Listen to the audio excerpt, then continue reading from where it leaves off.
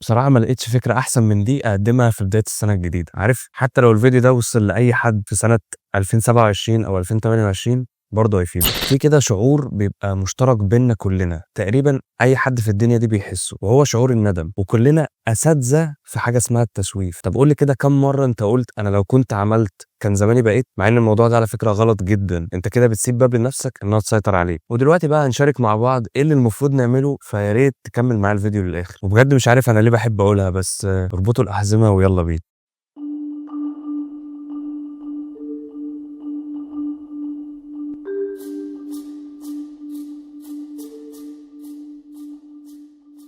مساء الفل يا شباب. اولا بتمنى التوفيق والنجاح لكل الناس اللي بتحب دايما حياتها تبقى واضحه وعندها اهداف وطموحات، ومع كل سنه بتبقى حابه انها تطور من نفسها، اللي هو تقريبا كل الناس. هنا بقى المشكله، لان في ناس مش بتحب تخطط لمستقبلها خالص، وفي ناس بتخلط بين انها ترضى بقضاء الله وقدره وانها تبذل مجهود شويه في التخطيط. بس لا، لان ربنا سبحانه وتعالى قال وقل اعملوا فسيرى الله عملكم، ومن ضمن سبل العمل انك تكون ماشي على خطه واضحه. واليكم ملخص الحاجات اللي انا اتعلمتها السنه اللي فاتت دي. مبدئيا كده انت لازم تبقى مرن، دي اول حاجه. مش احنا عمالين نقول خطه ولازم تلتزم بيها والكلام ده، بس لازم تبقى مرن. لازم تعرف ان مش دايما الظروف هتكون مناسبه 100%. لازم تكون عامل حساب ان في تغيرات بتحصل، وان في حاجات ما بتكونش بايدك، وانك تكون مرن ده هيساعدك ان انت لما تقع تقوم تاني. تاني حاجة، على قد ما تقدر خليك واقعي، وانت بتحط اهدافك حاول على قد ما تقدر فعلا تخليها قابلة للتحقيق، وده عشان تشجع نفسك. يعني مثلا حاول يا سيدي تتبسط بأي حاجة انت عملتها مهما كانت بسيطة، لان انت مثلا لو حطيت لنفسك هدف صعب جدا هيبقى شيء جميل، وعلى فكرة هتحقق جزء منه، بس ممكن مع الوقت تبطل تحققه خالص، او تبطل انك تسعى للهدف ده. لكن لما تقسم الهدف ده لشوية اهداف صغيرة هتلاقي نفسك اول لما تحقق حاجة تتشجع كده وتقول لا انا عايز اللي بعد، لحد ما توصل للحاجه الكبيره اللي انت عايزها، اللي هي بالمناسبه ما بتبقاش موجوده، لان دايما الانسان بيبقى عايز اكتر. انا مثلا بصراحه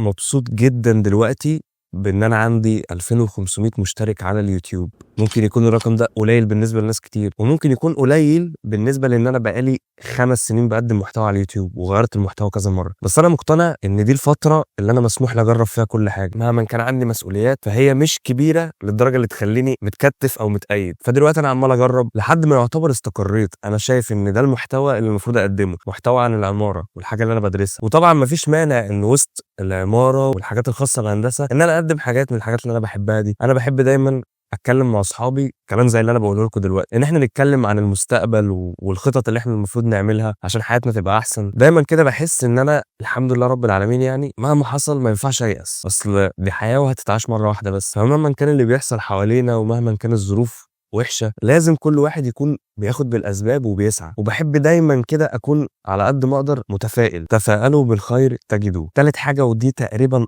اقوى نصيحه انا ممكن اقدمها لاي حد، اتعلم الانضباط. في ناس على فكره بتتعلم الانضباط غصب عنها، بس لا، انا عايزك تتعلم الانضباط بمزاجك. يعني مثلا كون انك بتروح الشغل كل يوم في ميعادك، او كون انك بتروح الشغل اصلا، ده انضباط، بس انضباط غصب عنك. ايه الانضباط اللي انت هتعمله بمزاجك؟ انك تكون منضبط على حاجه انت اللي محددها لنفسك، انت اللي قايل انا مثلا كل يوم هصحى هلعب رياضه 10 دقائق مثلا. المهم ان الانضباط دي اقوى صفه ممكن تخليك تحقق كل اللي انت نفسك فيه. وعشان تتعلم ده حاول على قد ما تقدر تختار اي حاجه واحده بس تعملها كل يوم لمده 21 يوم. رابع حاجه اتعلمتها وهي دايما في فرصه، مهما كان اللي ضاع منك دايما في فرصه. هقول لك على حاجه، لما كنت بنزل كده انترفيوهات في شركات كنت بلاحظ حاجه اول مره اخد بالي منها بصراحه. دايما كده الشركات بتبقى عامله لنفسها خطه للتطور. طب والخطه دي بقى بتبقى مبنيه على ايه؟ ان هي بتبقى مقسمه السنه على 4 مراحل، كل مرحله 3 شهور، اللي هو بيسموه كوارتر. وبصراحه لما بدات اتبع الاسلوب ده لقيت ان انا فعلا لو قسمت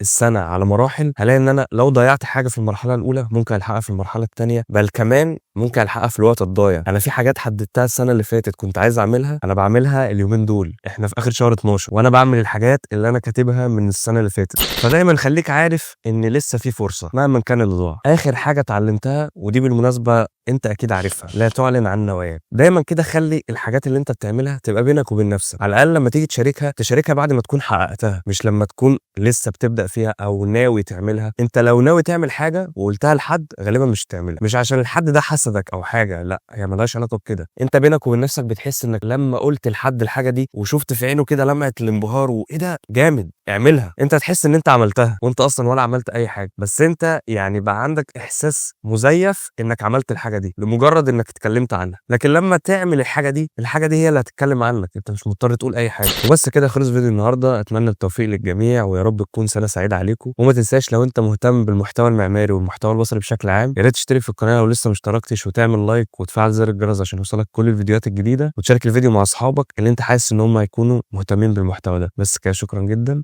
سلام.